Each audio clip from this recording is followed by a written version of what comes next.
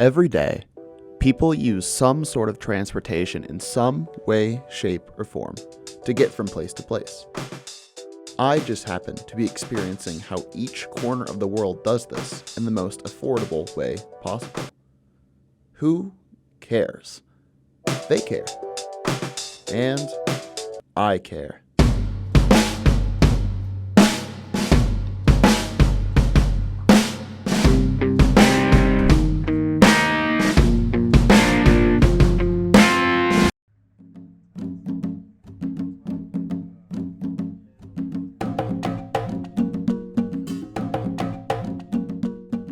As I was entering Kenya for the first time, I was under the impression that getting around and doing the normal Kenya tourist things would not be very broke college kid friendly. And for the very first time in my life, I was wrong. So very wrong.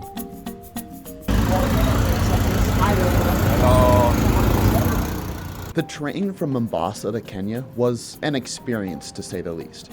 A worthwhile experience that only cost me $30 for an online ticket. Sadly, I found out later that if I had bought in person, it would have only been $7. A broke college kid fail. And although it was one of the most uncomfortable 5 hours of my life, I can't speak for everybody. Soon, it was time to embark on our safari journey. Our budget safari journey, which had me nervous to say the least. So the budget safari wasn't a scam. And we're leaving Nairobi, hopefully to a safari. The scam part at least means that we got picked up at the hotel. We stopped to get gas at about $5 a gallon, which I was very glad I didn't have to pay for. And with the 6-hour drive to the reserve, we got to see some amazing animals. Like goats. And cows. And sheep. And mules. And elephants and ostriches and giraffes and zebras and warthogs and cheetahs and lions.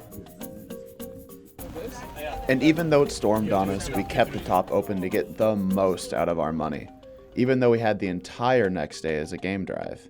Soaking wet or not, the Maasai people welcomed us into their camp, told us stories, and praised our driver, Edward, who perfected the 11-point turn.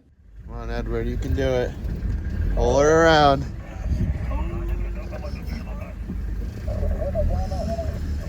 The old 11-point turn. Yes, sir. Edward's got it. So how long have you been driving safaris? Only 5 years now. Ooh, only? That sounds like a long time. Oh yeah, very interesting. I like the outdoors. What do you have to do to become certified for a safari? You don't need, need to like get advanced certification, like maybe a degree now. We just like 6 months to a year. Study about animals, the routes, and you and customer relations mostly. Okay. And then you're good to go. Sadly, after 3 days together, we had to say goodbye to Edward. Yeah. Thank you very much for blessing me. Of course. Rafiki. Very much. Rafiki. Yeah. Which meant that I could try a Kenyan boat. Although I wish I hadn't.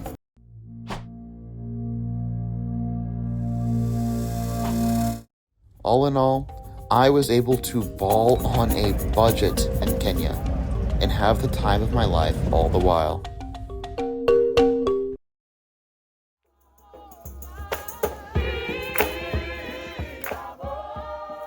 Cape Town, South Africa. Geographically gifted to say the least. Beautiful mountains to hike up. ATVs that are definitely covered by travel insurance. And waters to snorkel in.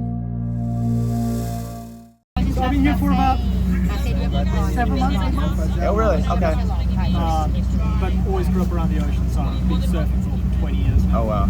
Thankfully, the ride was short, and within minutes, a seal dapped me up. My next trip involved a very useful form of transportation. The wine tram. So we are One stop down on the wine tram. Transportation, very smooth. Cheapness, very good. Drunkenness, getting there. The scenery was beautiful. A very convenient railroad track connected multiple wineries, which may have been a mistake. Tram number 3 of the day. This one had a lot more wine. Also had cake and charcuterie. And now we head off to our next stop. Sadly, I did find out that the tram doesn't run all day, as I spent too much time at the last winery and, well... Hello. We missed the last tram. So for our last transportation, we take Uber. This time, I got lots of wine, and lots of people handed me wine. So this time we take Uber. Good thing I don't drive. And our driver is laughing at me, so I will go say hi to him. Oh my god! Do you drive drunk Americans from the wineries a lot? Maybe. No, not today. No, not today. Not today. We're the first ones. We're the first ones. How many do you drink? Oh, too many. Too many. Only wine. Only wine. Cape Town was a sight to behold, but the only way to truly deep dive into the culture and tear back the curtain was to get out of the car, or bus, or boat, and walk. Walk and talk to the people who actually have experienced history being made, and not just talk to the people trying to sell you an experience.